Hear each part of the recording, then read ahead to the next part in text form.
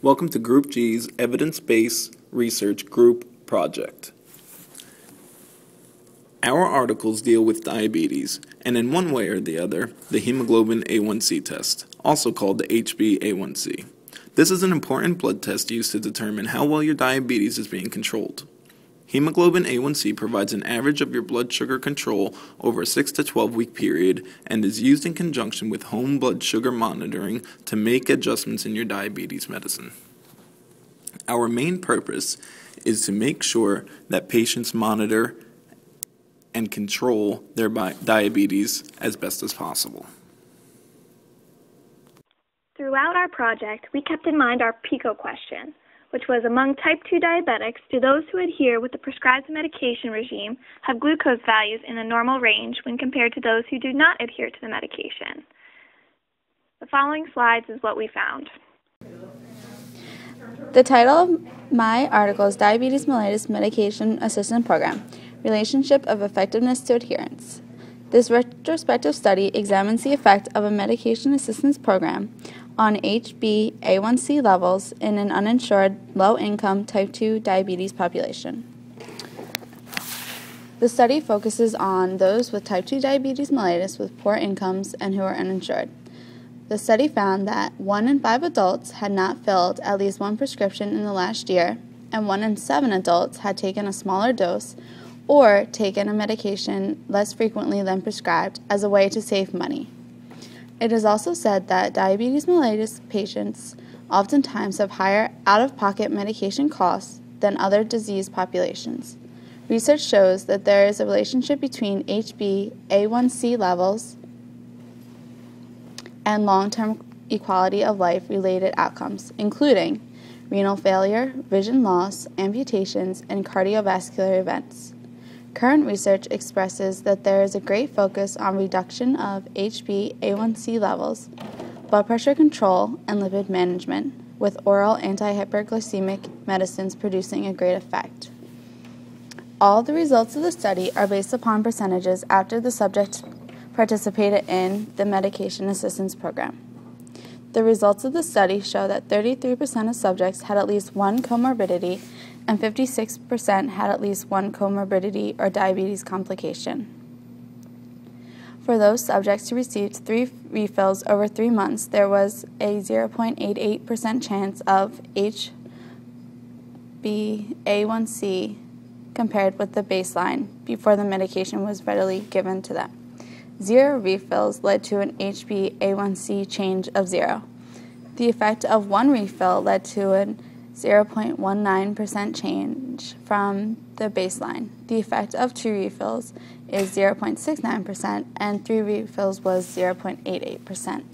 The study reports that the results of the medication assistance program depends on adherence, as assessed by refill opportunities taken, with the effect estimated at 0.88% among the fully adherent. Since there is an increase in adherence to medication among those who obtained refills, it is estimated that it would be very valuable to have a routine refill tracking as a quality-related process measure. This study takes place in the UK, where nurses have prescription writing power. The study followed 4 general practices where 19 prescriptions were randomly selected to be evaluated, where all prescriptions were given to patients who had diabetes.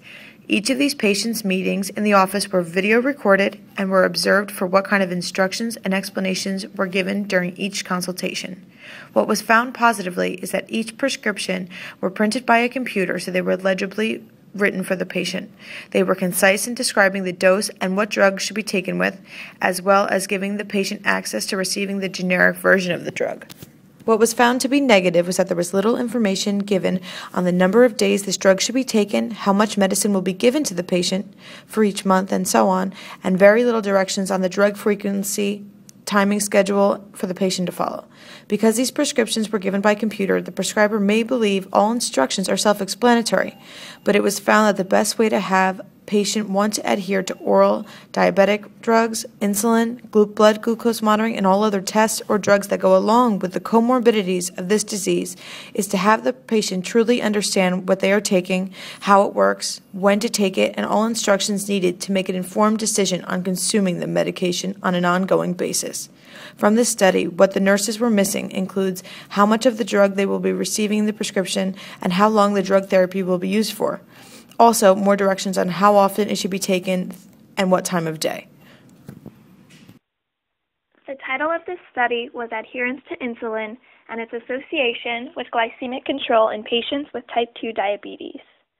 Researched by Donnelly, Morris, and Evans, the purpose of the study was to investigate the association between adherence to insulin and glucose levels in patients with insulin-treated type 2 diabetes.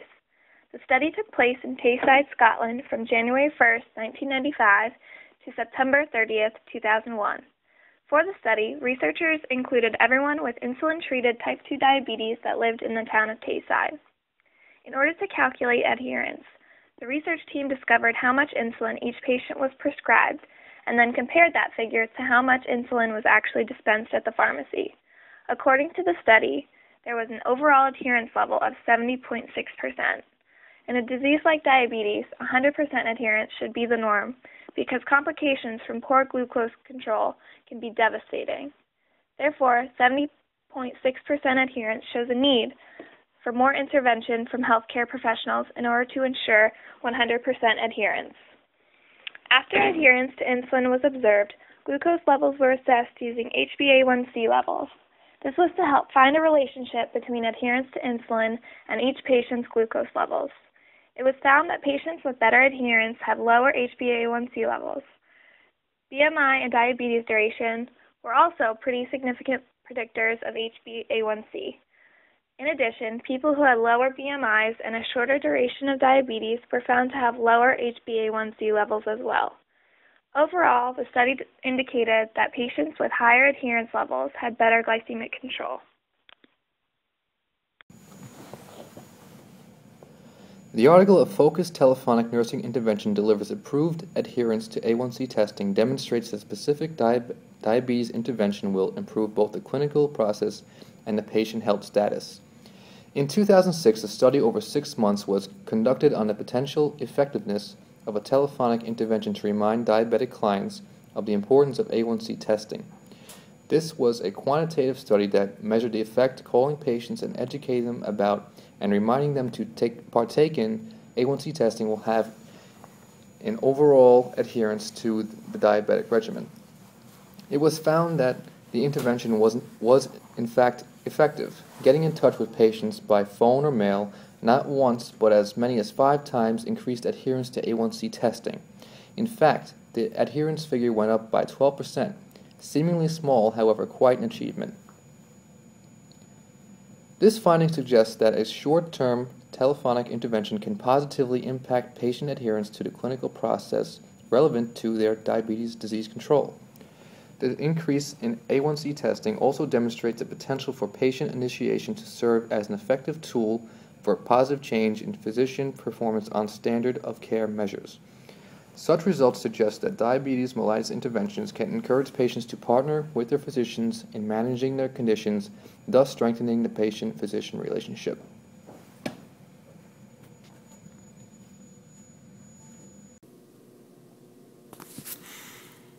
In this article, researchers looked at the correlation between race and A1C levels regardless of their mean blood glucose.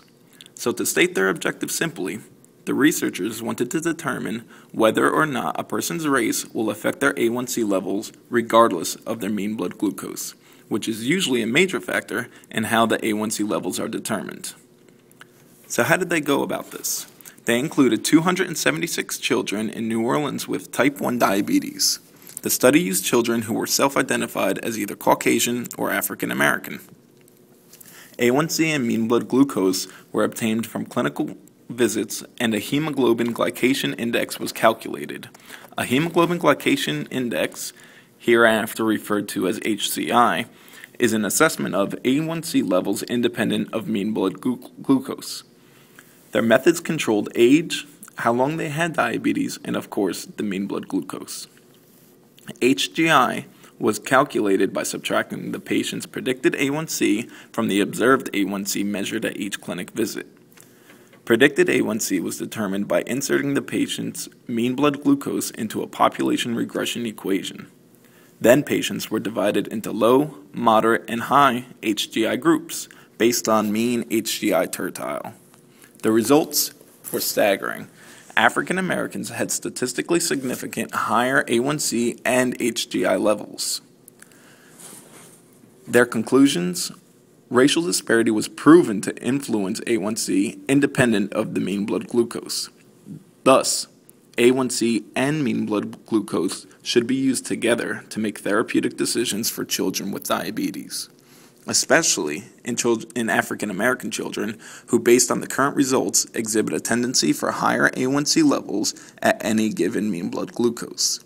This also may explain why African Americans are at increased risk of diabetes complications.